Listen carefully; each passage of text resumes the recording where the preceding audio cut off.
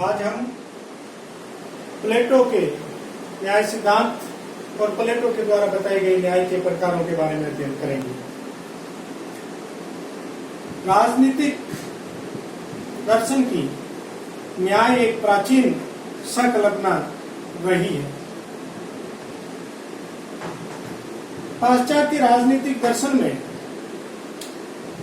न्याय का तात्पर्य न्याय परायण व्यक्ति से लिया जाता था और वह कारक कौन से हैं जो किसी भी व्यक्ति को न्याय परायण बने रहने के लिए प्रेरित करते हैं। भारतीय राजनीतिक दर्शन के अंदर न्याय से तात्पर्य धर्म और धर्मपरायण व्यक्ति से लिया जाता था और वह कौन से कारक हैं जो व्यक्ति को धर्मपरायण के रास्ते पर बने रहने के लिए प्रेरित करते हैं। और जब इन दोनों ही अवधारणाओं का हम अध्ययन करते हैं तो दोनों ही अवधारणाओं से निकल करके एक महत्वपूर्ण बात आती है, वह आती है कर्तव्य पालन की। प्रत्येक व्यक्ति अपने अपने कर्तव्यों का पालन करे और किसी अन्य व्यक्ति के कर्तव्य पालन में हस्तक्षेप नहीं करें। यही न्यायपूर्ण व्यवस्था है और इसी न्यायपूर्ण व्यवस्था को ध्यान में रखते हुए इन्हीं न्यायपूर्ण व्यवस्थाओं से प्रेरित होकर के पाश्चात्य राजनीतिक दर्शन में न्याय की अवधारणा की प्रस्तुतिकरण करने वाले प्रथम दार्शनिक विचारक प्लेटो थे। प्लेटो ने वैसे तो बहुत सारी रचनाएं लिखी है, the Laws, the Statesman, the Republic, the Sophia, the Statesman, the Crito, the Apology, लेकिन उनकी एक महत्वपूर्ण पुस्तक है द रिपब्लिक।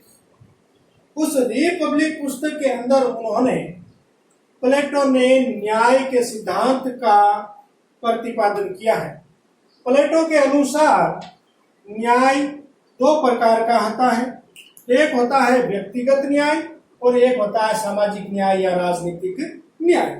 प्लेटो ने जो अपने न्याय की व्यवस्था का प्रतिपादन किया है या जो न्याय का सिद्धांत दिया है, प्लेटो के अनुसार न्याय व्यक्ति का आत्मिक गुण है। न्याय एक सद्गुण है। न्याय व्यक्ति की आत्मा से जुड़ा हुआ है, जिसके तहत व्यक्ति ये समझता है, ये सोचता है कि सबके भले के अंदर ही मेरा भला निहित है। प्लेटो ने न्याय की नैतिक अवधारणा का प्रतिपादन किया है। नैतिक अवधारणा और कानूनी अवधारणा दोनों अलग अलग चीजें हैं। नैतिक अवधारणा का जहां प्लेटो प्रतिपादन करता है तो प्लेटो ये कहता है कि न्याय व्यक्ति का आत्मिक गुण है और अगर कोई इसका पालन नहीं करता है तो प्लेटो ने कहीं पर भी उन्हें दंड देने की व्यवस्था नहीं की है। अर्थात व्यक्ति को स्वयं उसे मान करके अपने आत्मा के साथ न्याय करके उन गुणों के ऊपर चलना है। तो प्लेटो ने जो न्याय की अवधारणा दी है वो एक नैतिक अवधारणा दी है। प्लेटो ने कहा न्याय दो प्रकार का होता है, एक होता है व्यक्तिगत न्याय, एक होता है सामाजिक या राजनीतिक न्याय। प्लेटो ने यह भी कहा कि सबसे पहले व्यक्ति अपने आत्मिक गुण मान करके अपने आप के साथ व्यक्तिगत न्याय करता है और उसके बाद व्यक्तिगत न्याय जब होता है तो वह व्यक्तिगत न्याय आधार बन जाता है राजनीतिक न्याय या सामाजिक न्याय का। तो आइए हम समझते हैं प्लेटो के अनुसार व्यक्तिगत न्याय क्या है। प्लेटो के अनुसार व्यक्तिगत न्याय यह है कि प्रत्येक व्यक्ति के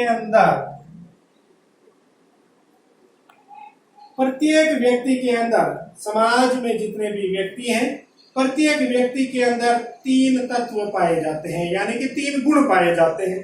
पहला पाया जाता है विवेक, दूसरा पाया जाता है साहस और तीसरा पाया जाता है इच्छा। विवेक, प्रत्येक व्यक्ति के अंदर तीन गुण पाए जाते हैं। समाज में बहुत सारे व्यक्ति होते हैं और समाज में सभी व्यक्तियों के अंदर तीन गुण पाए जाते हैं, विवेक, साहस और इच्छा। लेकिन शर्त यह है कि समाज में प्रत्येक व्यक्ति के अंदर इन गुणों की मात्रा निश्चित नहीं होती है। किसी के अंदर मात्रा कम होती है और किसी में किसी गुण की मात्रा ज्यादा होती है।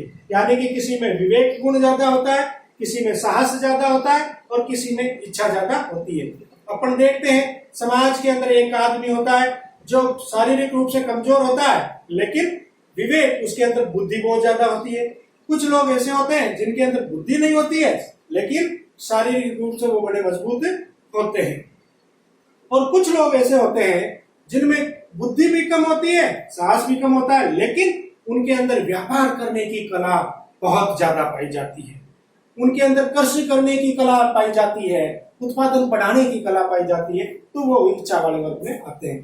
तो सबसे पहले प्रत्येक व्यक्ति को यह पहचानना है कि मेरी आत्मा में या मेरे अंदर कौन सा गुण ज्यादा है।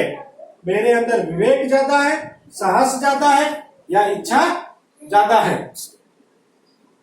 जब ये व्यक्ति ये पहचान लेता है, विवेक बुद्धि वाला वर्ग, साहस शक्ति वाला वर्ग, इच्छा उत्पादन वाला वर्ग, जब प्रत्येक व्यक्ति ये पहचान लेता है कि मेरे अंदर ये गुण ज्यादा है, तो वह व्यक्ति अपने आप के साथ व्यक्तिगत न्याय कर लेता है।